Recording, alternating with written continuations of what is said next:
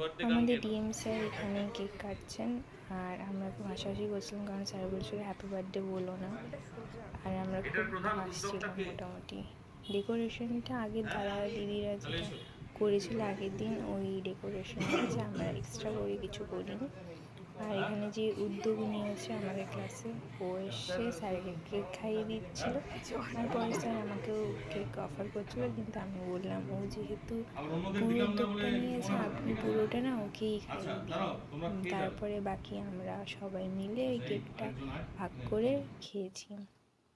এটা কেকের ছবি, খুব সুন্দর কেকটা ছিল। আর এটা স্যার কেক কাটতে কাটতে ফটোটা দারুণ এসছে, আর কিছু হোক না হোক। আর এটা আমি আর আমার ফ্রেন্ডরা সবাই স্যারকে দিচ্ছি গিফট। আর এখানে সবাই আছে, নতুন বন্ধু, নতুন কলেজ, সব কিছুই ভালো লাগছে। এটা আমরা কলেজে ঢোকার সময়, যেখানে শিক্ষক দিবসে বড় বড় ব্যানার লাগানো, এখানে কলেজের ভেতরে অলরেডি ঢুকে গেছি। এখানে সব ডিপার্টমেন্ট আলাদা আলাদাভাবে প্রোগ্রাম করছে, এখানে খুব সুন্দর সাজিয়েছে ওরা। এটা কম্পিউটার সায়েন্সের থেকে সেলিব্রেশনটা হচ্ছে, কিন্তু এটা আসলে আমাদের ডিপার্টমেন্ট, ইংলিশ ডিপার্টমেন্টের রুম। আর এটা পলিটিক্যাল সায়েন্সের রুম, খুব সুন্দর করে সবাই সাজিয়েছে, দেখতে খুব সুন্দর লাগছে। আর এখানেও খুব সুন্দর সাজিয়েছে, সব কালারিং পেপারস টেপার্স দিয়ে। এটা সোশিওলজি। আর এটা সাধারণ বিভাগ ছিল। এখানে কি হচ্ছিল আমি জানি না, কিন্তু সাজিয়েছিল খুব সুন্দর। আর ভেতরটা পুরোটা এসি, যদিও আমি এখানে ছিলাম না, জাস্ট এই ভিডিওটা করে আমি ওখান থেকে বেরিয়ে চলে AC.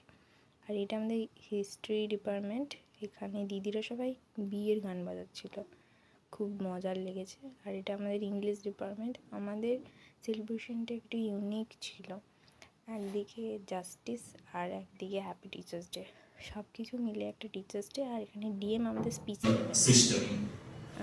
So, dear students, always remember, as I keep telling my KG students in the classes of post-structuralism, that you always need to question, and you always need to question injustice. That is my short. এটা sir ম্যামরা সিনিয়রদের দেওয়া photo ফ্রেমটা দেখাচ্ছিলেন।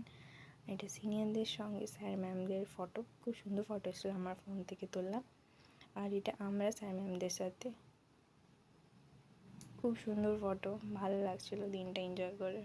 আর আমি এই ফটোটা হোয়াটসঅ্যাপে status দিয়েছিলাম আর বলছিলাম যে ফটোটার মতো আমাদের ভবিষ্যৎও একদম অন্ধকার, যেমন ফটো অন্ধকার, কিন্তু স্যার ম্যামদের সঙ্গে কাটানো এই মুহূর্তটা আমাদের খুব ভালো লেগেছে। কোনো কিছুতে নাম দিইনি, কিন্তু খুব এনজয় করেছি অনুষ্ঠানটাকে। আর নেক্সট ইয়ারও এরকমই হবে আশা করি।